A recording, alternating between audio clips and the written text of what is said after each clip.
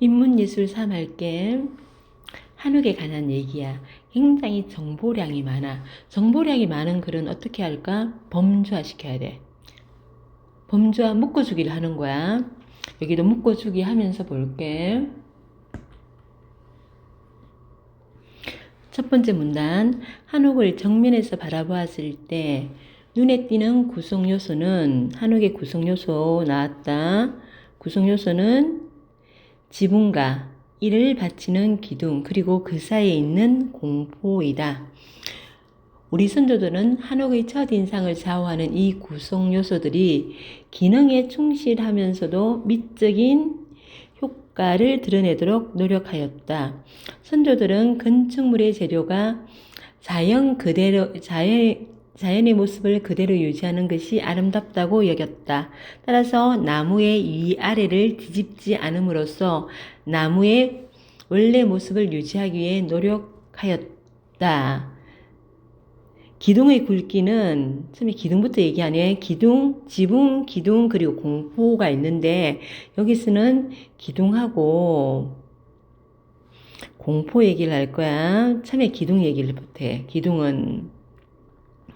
기둥의 그것도 굵기야. 기둥의 굵기는 집의 인상을 결정하기도 하는데, 기둥은 굵기가 일정한, 또 기둥을 나눠가지고, 통영기둥과 여기는 통영기둥과 높이에 따라 굵기가 다른 흘림기둥으로 나눌 수 있다. 기둥을 두 가지 나누면 통영기둥하고 흘림기둥이야. 통영기둥은 어떻다고? 굵기가 일정하다고. 통영기둥은요. 그런데 통영기둥은 착시 현상으로 중앙이 좁아 보인대. 이 통영기둥은 뭐 때문에? 착시 현상 때문에 중앙이 좁아 보여요. 그런데 흘림기둥은요, 안정적인 느낌을 줄 수 있어. 대부분 한옥은 흘림기둥이야. 대부분이야. 이런 말 우리 있잖아. 읽으면서 주목해야겠지. 이런 게 출제 포인트야. 대부분이라는 것은 전부가 아니다. 예외가 있을 수 있다. 그런 얘기지, 그지? 흘림기둥으로 만들어졌다. 대부분은 흘림기둥이고, 통영기둥은 어떤 현상 준다고? 굵기가 똑같아. 그래서 중앙이 좁아 보이는 거야. 그래서 흘림기둥을 하고요. 또 흘림기둥을 또 나눠요.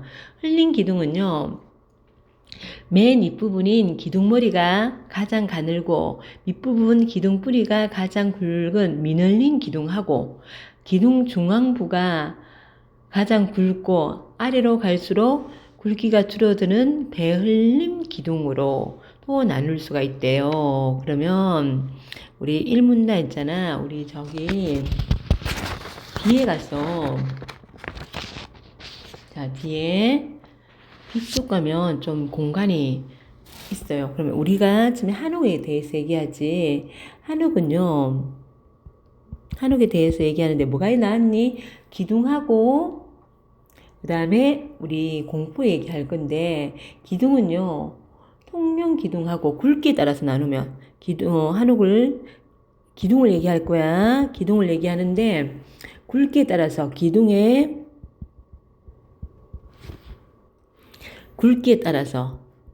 굵기에 따라서 나누면 무슨 기둥? 통영기둥하고 흘림기둥이 있다 그랬지. 이 통영기둥은 어떤 느낌이라고? 이렇게 된 거지. 이렇게 된 거라 가지고 위아래가 같지, 그지? 그래서 여기가 중앙이요. 가운데가 좀 어떻게 보인다고? 가늘어 보인다고요. 중앙이 좁아 보이는 거지. 중앙 좁아 보임. 이건 진짜 중앙이 좁은 건 아니고 착시 현상에 의해서. 그리고 흘림기둥은 또 두 가지로 나눴지. 얘가 흘림기둥이 안정적인 느낌이 들긴 해. 근데 요걸 또 두 가지 나눠가지고, 자, 미늘림 기둥하고, 미늘림 기둥하고, 그리고 베얼린 기둥으로 나누었다. 미늘린 기둥은 어떻게 해요? 위에가 가늘고 밑에 뿌리 부분이 굵은 요런 모양이지. 요런 모양이고 베를린 기둥은요. 가운데가 가장 굵지. 그러니까 요런 모양이 되겠지. 요런 모양. 그지? 요게 이제 1문단이고 2문단도 계속 기둥 얘기를 할 거야. 2문단 갈게요. 한편 여러 기둥을 같은 높이로 나란히 세우면 바깥쪽 기둥이 중앙 기둥보다 짧아 보여 건물 양 끝이 처지는 듯한 인상을 준대. 같은 높이면 어떻게 해요? 높이에 따라서는 같은 높이일 때는 끝이요. 맨 끝이요. 짧아 보이는 거야. 짧아 보여. 그래서 측면으로 갈수록요. 기둥을 높게 설치하는 거야. 이걸 갖다가 뭐라고? 기소슴이라고 하고요. 기소슴은 지붕이 상승하는 느낌을 주고, 이 기소슴은 지붕이 상승하는 느낌을 주고, 지붕이 주는 무거운 인상을 경감시키고, 무거운 인상을 좀 무겁지 않게 보이게 해준다는 거야. 뿐 아니라 구조적 측면에서도 일정한 역할을 한다. 모서리에 있는 기둥인 기기둥, 모서리에 있는 기둥을 뭐라 그런다고? 기둥인 기기둥은요, 다른 기둥에 비해 하중을 많이 받기 때문에 침하할 수 있어. 모서리에는 더 큰 힘을 받기 때문에 이렇게 내려앉을 수가 있는 거야. 그래서 기소슴을 통해 이러한 침하가 발생하더라도 기기둥이 다른 기둥과 비슷한 높이를 유지할 수 있다. 한편 여러 기둥을 평행하게 세우면 정면에서 봤을 때 기둥머리들이 바깥을 향해 벌어지는 듯한 느낌을 줄 수 있어요. 평행으로 세우면 바깥으로 갈수록 벌어지는 느낌인 거야. 그래서 기둥머리를 중앙을 향하게 조금 기울이는 거야. 이를 안솔림, 안으로 솔림이라고 하는데, 안솔림은 시각적으로 어떻게 해요? 안정감을 주는 거야. 한편 조선시대에는 궁궐 밖에서 한옥을 지으면 기둥 높이가 궁궐 높이보다 높으면 될까 안 될까? 니네가 생각했을 때도 안 될 것 같지, 그지? 궁궐의 기둥보다 높아서는 안 되는 제한이 있었어요. 그만큼 기둥의 높이가 주인의 권위를 상징하는 거야. 상징적으로 표현하는 중요한 수단이었음을 나타낸다. 우리 뒤에 가서 다시 이 문단 정리해보자. 이 문단은요, 한옥을 갖다가, 같은 기둥을 얘기하는 거야. 기둥을 갖다가, 1문단은 굵기에 따라서 있지, 그지? 이 문단은 뭐에 따라서? 높이에 따라서. 자, 이 문단은 높이에 따라서 하는 거야. 기둥이 높이에 따라 어디가 더 높다? 가운데가 높다? 끝이 더 높았지, 그지? 중앙보다 어디가 더 높았다? 측면이 더 높은 거야. 측면이 더 높고요. 이걸 갖다가 무슨 기둥? 기소슴이라고 한다. 이거의 기소슴의 효과는 뭐야? 이렇게 한 거, 효과는 처음에 지붕이 상승하는 효과가 있고, 지붕이 상승하는 느낌을 주는 거야. 상승하는 느낌을 주고, 두 번째는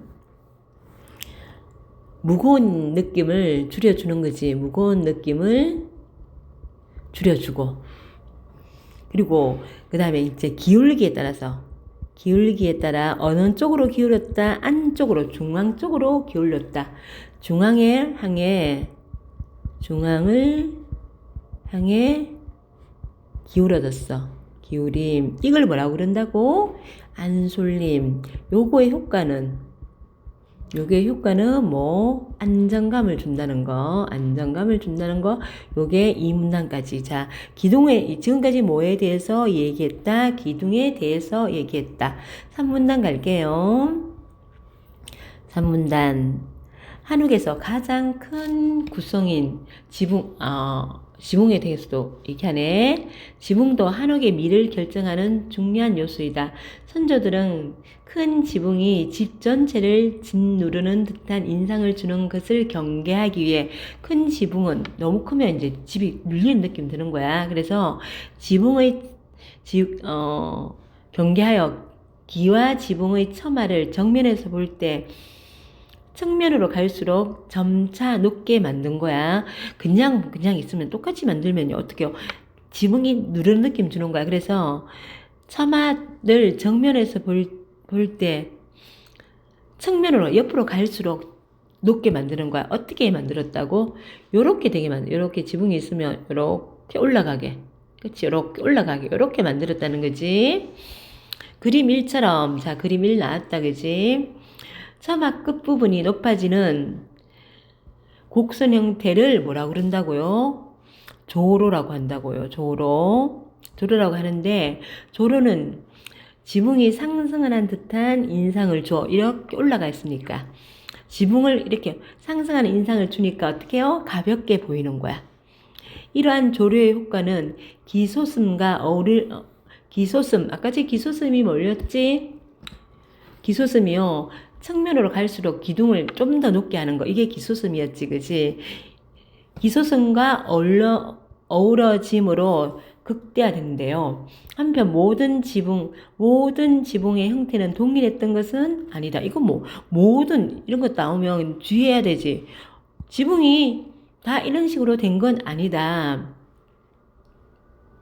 자, 건물의 위치와 선조들은 건물의 위치, 크기에 따라 지붕의 곡선이 휘어진 정도를 조금씩 다르게 했대요. 이게 이제 건물의 위치와 크기가 구분의 기준이지, 그지? 이게 지붕 곡선 휘어짐의 기준이 되는 거지, 그지? 다르게 만들었다. 지붕의 뼈대를 이루는 나무, 우리 옆에 석가래라고 돼 있지. 석가래라고 하는데, 석가래 전체를 같은 굵기로 만들면 건물을 바라보는 사람에게 가까운 석가래 끝부분은 크고 무겁게 보인다. 이러한 느낌을 해소하기 위해 그림 1처럼 처마 아랫부분에 있는 석가래의 아랫면을 끝으로 갈수록 있잖아. 가늘어지게. 왜? 끝으로 앞에 있잖아. 그냥 보면 내 눈앞에 있는 게 크게 보이잖아. 그지? 그러니까 끝으로 갈수록 가늘어지게 깎기도 했는데 이를 갖다가 홀치기라 그러는 거야. 자, 석가래의 아랫면을 끝으로 갈수록 가늘게 깎는 거. 이걸 뭐라고? 홀치기라고 한다. 하지만 선조들이 지붕을 만들 때 가벼운 인상을 주는 것에만 초점을 맞춘 것은 아니었다. 선조들은 주변의 모와 산세와 지형을 고려하여 지붕선을 결정했대요. 그래서 지붕과 자연이 조화를 이루도록 하였다. 자, 여기까지. 뒤에가 정리해볼게. 우리 금방 뭐 얘기했어? 지붕 얘기했지. 기둥 얘기했고, 그 다음에 또 지붕 얘기했어. 지붕은 어디로 갈수록 중앙보다요, 측면에 갈수록 더 굵어 보이겠지, 그지? 굵어 보이는 게 아니고 점점 높게 만들어지지, 그지? 왜요? 이걸 갖다가 뭐라 그런다고요? 이걸 조로라 그래요. 조로라 그러고, 이래야지 가벼워 보이는 거야. 가벼워 보이고, 안 그러면 무겁게 지붕이 누르는 느낌을 받는 거야. 그리고 석가래도 만들 때 이게 지붕에 중심되는 게 석가래지, 그지? 석가래도 만들 때 어떻게 했어요? 바깥쪽으로 올수록, 끝으로 갈수록 가늘어지겠지, 그지? 끝으로 갈수록 끝부분을 가늘게 만들었지. 그치? 요걸 갖다가 뭐라 그래? 홀치기라 그러지, 홀치기. 그 다음에 이제 3문단 갈게요. 한옥 지붕에서 외벽 밖으로 나온 부분, 이렇게 나온 부분 있지. 이렇게 밖으로 우리 비피하는 그 부분, 그걸 갖다가 뭐라 그래? 처마라 그러지. 외벽 밖으로 나온 부분을 처마를 제대로 지지하지 않으면 이렇게 처지는 문제가 발생할 수 있다. 그래서 그림 2와 같이 그림 2 봐봐. 처마를 지지하는 목재, 늘 바치기 위해서 목재를 덧대는데 이걸 갖다 뭐라 공포. 요게 공포야 이렇게. 요게 첨하고요. 첨하를 맞춘 요게 공포야 공포. 근데 그 공포의 배열 방식에 따라서 한옥의 유형을 구분하기도 하는데 공포를 기둥 위에만 배열하면 주심포식이고 기둥과 기둥 사이에도 배열하면 이게 다포식이야. 다포식이고 두 형식을 사용한 대표적인 건축물이 자 주심포 양식이 봉정사 극락전이고 그리고 다포식 양식이 경북전의 근정전이라는 거야. 기둥 위에 올라간 공포를 주상포라고 하고 기둥 사이에 놓인 공포를 주상포라고 하고 기둥 위에 올라간 거 주상포, 기둥 사이에 있는 거 간포라고 하는데 둘은 모양이 같다. 이런 거 주목해야 되지. 우리 이런 거 딱 주목해야 돼. 주상포하고 간포는 모양이 같구나. 주상포는 지붕 위에 올라간 거고 밑에 그 사이에 있는 거 기둥과 기둥 사이에 있는 공포를 간포라 그러는데 이는 모양이 같다. 주심포식이 우리나라에서 가장 오래된 공포의 배열 방식 이런 거 중요하지. 가장 오래된 거라든지 최초라든지 이건 문제에 나오든 안 나오든 우리는 어떻게 해요? 한번 짚고 넘어가야 된다는 거야. 자, 주심포 양식은 일반적으로 다포식보다 공포의 수가 다포식은 뭐야? 주심포 있고 또 간포가 있고 이게 다포식이지, 그지? 그러니까 훨씬 공포수가 적은 게 주심포고 그래서 어떤 느낌 준다고? 간결한 느낌 준다고 주고 다포식은요 좀 공포가 많으니까 다포식은 화려한 느낌을 주고 다포식은 주심포에 비해 지붕의 하중을 더 고르게 분산할 수 있어 공포가 더 많으니까 분산할 수 있겠지. 그래서 큰 건물 지을 때 궁궐이나 사찰 같은 큰 건물에 많이 사용되고요. 한편 건물의 규모가 커질수록 지붕도 위아래로 커지지만 하나의 나무로 만드는 기둥은 하나 나무 그대로 하잖아. 그지? 지붕은 점점 커지는데 나무는 우리 큰 나무가 그렇게 많을 수는 없지. 그지? 그래서 하나의 나무로 만드는 기둥은 이에 비례하여 높게 만들기가 힘들어요. 그래서 지붕은 크게 만들 수 있지만 기둥은요 높게 만들기가 힘들어요. 이 때문에 기둥과 지붕의 높이의 비례가 깨질 수 있는데 공포가 지붕과 기둥 사이에 일정한 이 공포가요 높이를 차지하잖아. 그지? 기둥하고 지붕 사이에 있어가지고 높이를 차지하지. 그지? 그래 높이를 차지함으로써 기둥의 높이를 보완해 주는 거야. 즉 공포는 처마의 지지를 도와 처마를 길게 만드는 데 기여함으로써 자 처마를 길게 만드는 거 처마를 갖다 처마가 이게 얘가 처마잖아. 처마잖아. 이게 처마를 길게 뻗게 해줘요. 이게 수평적이지. 그지? 수평적인 거고 그리고 이 공포를 대면서 높이를 높게 해주지. 그지? 그러면 이게 수직적도 되지. 그지?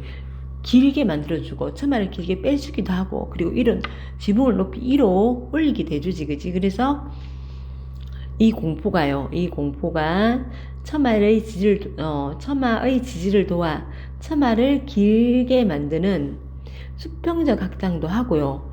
기둥 높이를 보완한 데 있지. 그지? 그래서 수직적 확장도 함으로써 그래서 어떤 느낌이 된다? 웅장한 느낌을 주는 동시에 비례의 아름다움도 획득하게 해준다. 공포가 그런 역할을 한다. 자, 4문단은요, 우리 기둥 얘기했고, 지붕 얘기했고, 이제 공포 얘기했지, 그지? 공포는 우리 이제 주심포 양식하고 다포식 양식이 있지. 주심표는요, 어디에만? 기둥에만 쓰는 거야. 기둥에만 써가지고, 기둥에만 쓰니까, 뭐만 있다? 주상포만 있어. 주상포만 있어가지고, 그래서 간결한 느낌을 줘요. 근데 다포식은요, 기둥과 기둥 사이에도 수직이지.